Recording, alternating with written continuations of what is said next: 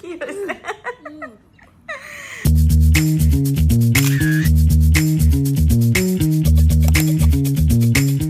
Hello everyone, আজকের ব্লগটা start করছি কিন্তু সন্ধ্যা থেকে।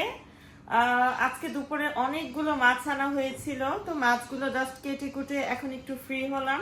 আর এই যে দেখো, আজকে সন্ধ্যার নাস্তা, এই যে চা পুরি। আর আমাদের এলাকায় হোটেলে না এটা স্পেশাল এই ঝোলটা দেয় পুরির সাথে, এটা খেতে কিন্তু অনেক মজা। আর এই চাটা সকালে বানিয়েছিলাম, তো চা দিয়ে পুরি কিন্তু অনেক বেশি পছন্দের। এখন এই তো সন্ধ্যার নাস্তা অলরেডি চলছে। আমার ছেলেরও কিন্তু চা দিয়ে পুরি খেতে ও অনেক পছন্দ করে। আর এই যে স্পেশালি চাটনিটা কিন্তু অনেক বেশি মজার হয়। তো যাই হোক, তোমাদের সাথে কথা বলতে বলতে কিন্তু অলরেডি চাটা আমার ঠান্ডা হয়েও যাচ্ছে। চা খাওয়াটা স্টার্ট করি। আর এই যে দেখো কত বড় নারকেল, দেখছো? এই নারকেলটার প্রাইসটা তোমরা জাস্ট একটুখানি গেস করো যে আসলে কত হতে পারে। অনেক বড়, দেখো। টোটালি আমার হাতটা একদমই দেখা যাচ্ছে না, আমার হাতটা কিন্তু পুরো কভার হয়ে গেছে। এই নারকেলটা কিন্তু আম্মু কিনে এনেছে।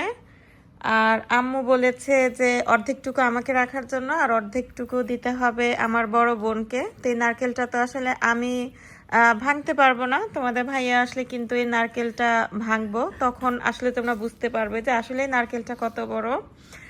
আর এই তো একটুখানি কি হয়েছে? আমার ছেলে অনেক বেশি ক্যামেরা শাই, ও অনেক লজ্জা পায়। কোনো ব্যাপার না, আস্তে আস্তে এই তো অভ্যাস আসলে হয়ে যাবে। পুরিটা দেখো কেমন ফোলা পুরি। তোমরা কারা কারা আছো আসলে চা দিয়ে পুরি খেতে পছন্দ করো? যে যতভাবে আসলে ট্রোল করুক না কেন, চা দিয়ে পুরি খেতে কিন্তু অনেক মজা। আর আমাদের একটা অভ্যাস আছে, তাই না নওশেন? আমরা কিন্তু পুরি কলা দিয়ে খেতেও পছন্দ করি, কলা থাকলে আরো বেশি ভালো হতো। চা তো ঠান্ডা হয়ে গেছে।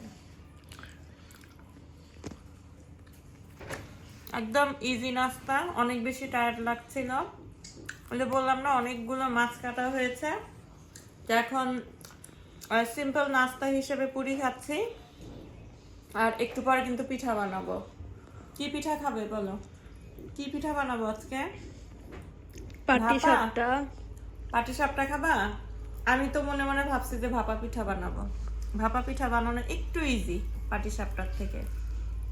আজকে ভাপা পিঠা বানাই। কি ওদের কথা বলে না, এই বাঙালি ক্যামেরাম্যান নিয়ে আর ব্লগ হবে না, ক্যামেরাম্যান স্ট্রং থাকা লাগে। দেখো নারকেলটা কত বড়, আর সবকিছুর মধ্যে যে মেজাজটা এত বেশি খারাপ হচ্ছে। চাল আসলে ভিজিয়ে দিয়েছিলাম, সেদ্ধ চাল আর হচ্ছে আতপ চাল। তো আলাদাভাবে আসলে ভিজিয়ে আলাদাভাবে প্যাকেট করে দিয়েছি।